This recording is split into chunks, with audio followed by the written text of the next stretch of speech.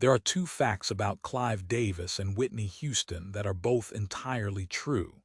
He made her the most successful female recording artist of the 20th century. And on the last night of her life, she was at his party in his hotel, 3 floors above the room where she would die the following afternoon.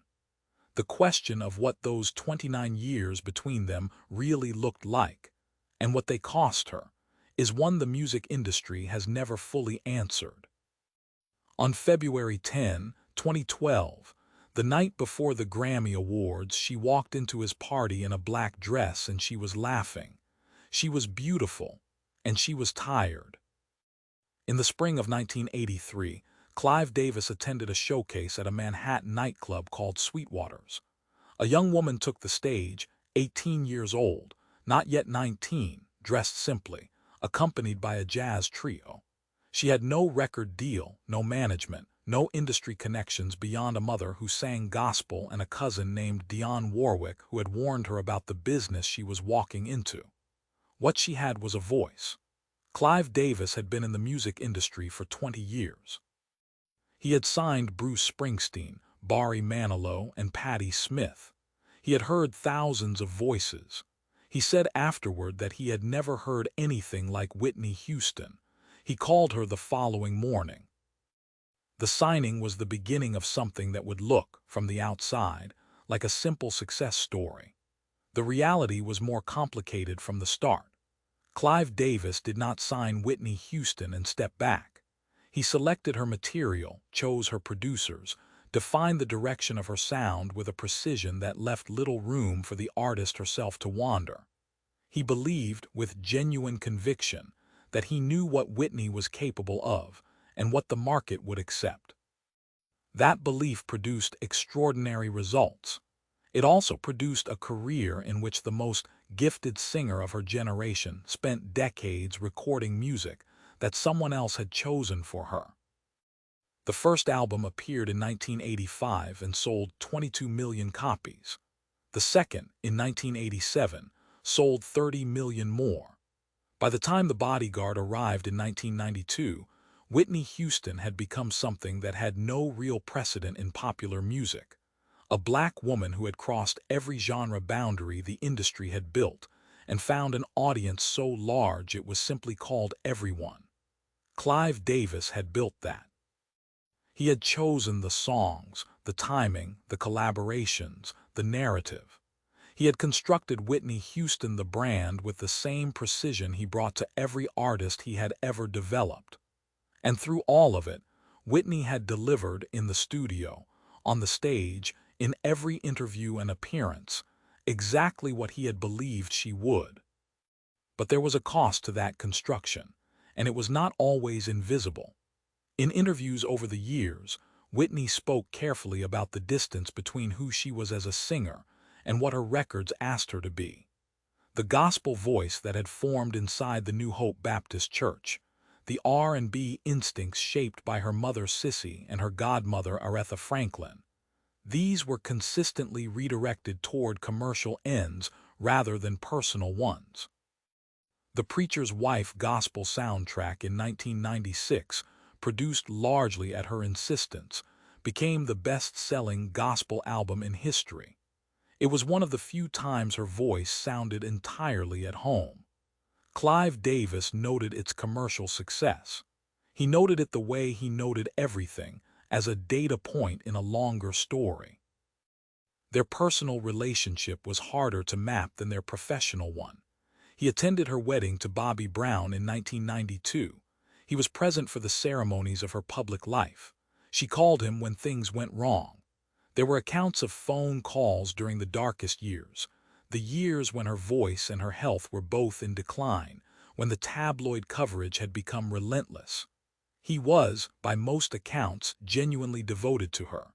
He worried. He called in favors to protect her reputation. The relationship defied simple categories of exploitation or care. It was both, at different times, in ways that were difficult even for the people inside it to fully separate. That ambiguity was part of it from the beginning. By the mid-1990s, The difficulties in Whitney's personal life had become public knowledge. Her marriage to Bobby Brown, her struggles with substance use, the physical changes the tabloids documented year by year. All of it played out in front of an industry that had built her and did not quite know what to do with her undoing. Clive Davis continued to work with her.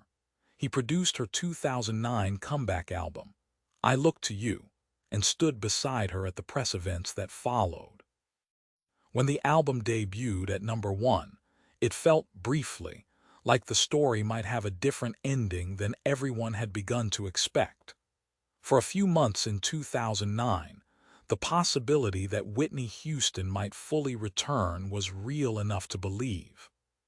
The Grammy party was one of the constants of their relationship.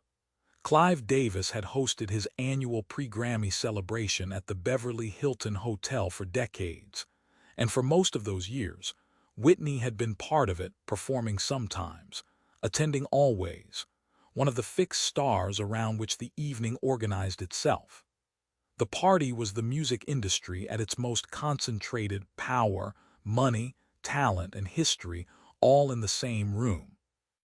She came even in the hard years, even when the voice was not what it had been, even when the photographs the next morning would be scrutinized for signs of decline.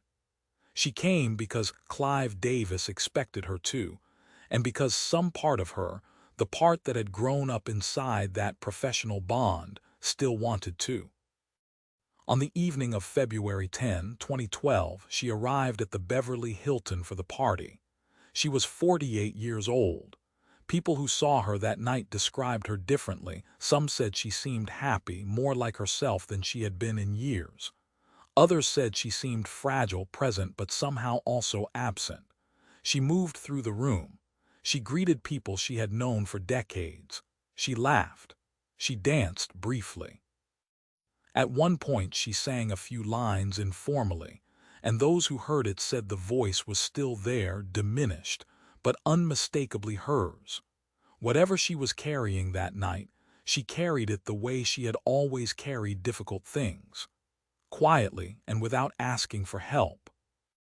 The following afternoon she was gone. Clive Davis received the news and made a decision that would be discussed for years. He continued the party. He later said he had consulted with Whitney's family and been advised to proceed, that she would have wanted the music to go on. Others disagreed, publicly and privately. The decision revealed something about how he had always understood their relationship, as something that belonged in some essential way to music itself, not only to the two of them. That it could not be paused by personal grief because it had never been entirely a personal thing. The ballroom stayed lit. The music continued. 3 floors above it, Whitney Houston was gone. At her funeral, held at the New Hope Baptist Church in Newark where she had first learned to sing, Clive Davis stood at the pulpit and spoke about her. He described the night in 1983 when he had first heard her voice, the certainty he had felt immediately, the life they had built together inside the machinery of popular music. He spoke about her with the love of someone who had genuinely known her and the grief of someone who was also, in some way, accounting for himself. The eulogy was beautiful. It was also complicated. That was true of everything between them. 29 years of collaboration, tension, devotion, and control. It did not resolve cleanly into tribute. It rarely does with relationships that have shaped that much of a life. There are 2 facts about Clive Davis and Whitney Houston, and both of them are true. He gave her the world, and the world he gave her was partly his, not hers. On the last night of her life, she was in his hotel at his party, surrounded by the people and the industry she had given everything to. She was laughing. She was beautiful. And somewhere in that building, 3 floors above the music that had defined both their lives, was the version of herself she had carried for 29 years, the gospel singer from Newark, the girl who had walked into Sweetwater's with nothing but a voice, and never fully been allowed to set down.